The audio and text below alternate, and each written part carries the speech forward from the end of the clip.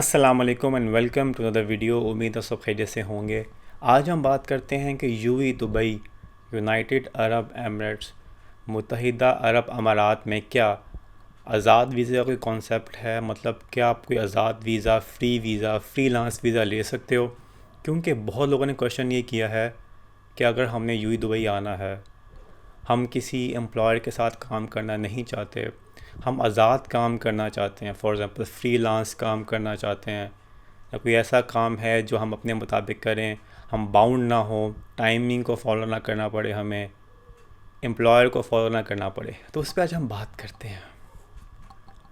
अगर आपने चैनल को सब्सक्राइब नहीं किया तो सब्सक्राइब कर दीजिएगा और बेल आइकन भी प्रेस कर दीजिएगा। काफ़ी जगहों पे, काफ़ी कंट्रीज़ में आज़ाद वीज़ा होता है, आप वीज़ा लेते हो और आप काम करते हो। तो क्या यूएई दुबई के अंदर भी ऐसी कोई फैसिलिटी है? आपको मैं क्लियर बता दूं कि ऑफिशियली लीगली ऐसा कोई कॉन्सेप्ट नहीं है। आप गवर्नमेंट से के थ्रू, किसी भी एजेंसी के थ्रू आज़ाद वीज़ा ऑफिशियली लीगली नहीं ले सकते। मेरा मतलब ये है कि फ़ॉर एग्ज़ाम्पल आपने कहा कि आप इमिग्रेशन गए, आपने इमिग्रेशन के ऑफिस जाके यूएई से बोला कि मुझे आज़ाद वीज़ा चाहिए, तो वो आपको नहीं देंगे, क्योंकि ऐसा कोई कॉन्सेप्ट यहाँ पे नहीं है। अगर कॉन्सेप्ट नहीं है तो फिर लोग कैसे काम करते हैं आज़ाद वीज़ा लेके फ्रीलांस? तो इसमें आपको मैं बताता हूँ। होता यह है कि कुछ कंपनीज़ यहाँ पे हैं जो वीज़ा फैसिलिटी प्रोवाइड करती हैं। फॉर एग्ज़ाम्पल उन्होंने कंपनी ओपन की, ट्रेड लाइसेंस लिया, उसमें काफ़ी ज़्यादा वीज़े इशू करा दिए, मतलब अप्रूव करवा दिए। फिर वो क्या करते हैं कि फिर वो लोगों को वीज़ा बेचते हैं। अब वीज़ा बेचने का मतलब यहाँ पे क्या है कि वो आपसे पैसे चार्ज करते हैं।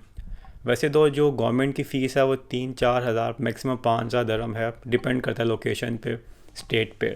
लेकिन जो कंपनीज़ आपको वीज़ा बेचती हैं वो कम से कम 9,000 से लेके 15, इवन 20,000 भी चार्ज करती हैं। डिपेंड करता है कंपनी पे, कितने ड्यूरेशन का पीरियड का वीज़ा है और कंपनी किस लिहाज से बनी हुई है।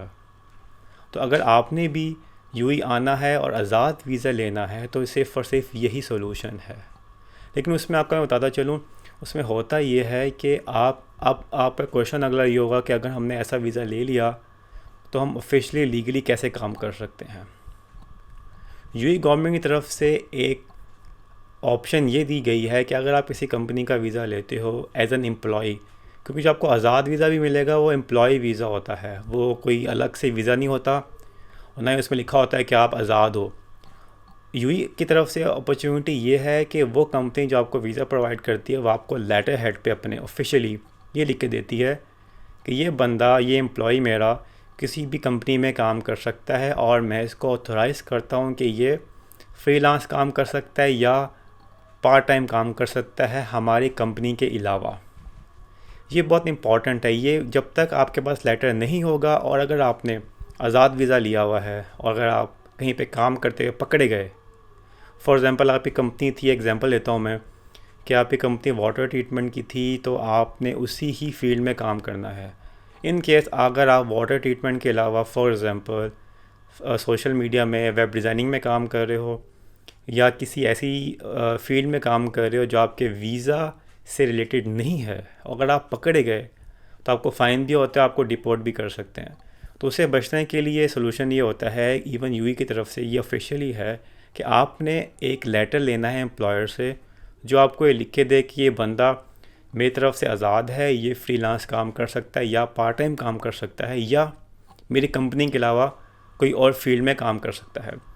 इस तरह से आप आज़ाद वीज़ा लेते हो।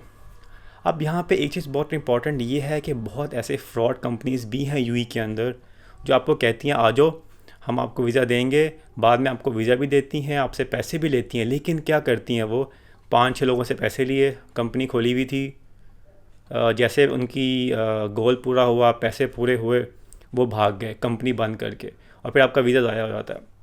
तो इसमें ये बड़ी इंपॉर्टेंट चीज़ है कि आपको वो कंपनी ढूंढनी पड़ती है, वो कंपनी देखनी पड़ती है जो ऑफिशियली रिलायबल हो और आपको पता हो कि ये कंपनी भागेगी नहीं।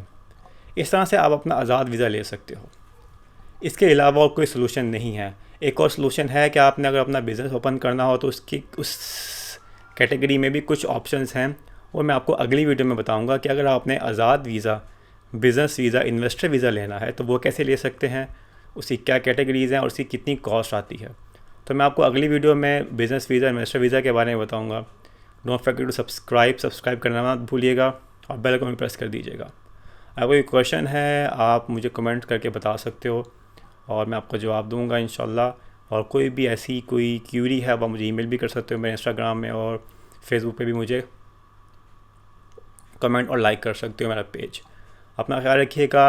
अल्लाह हाफिज़, मिलते हैं अगली वीडियो में। Take care, bye, stay safe.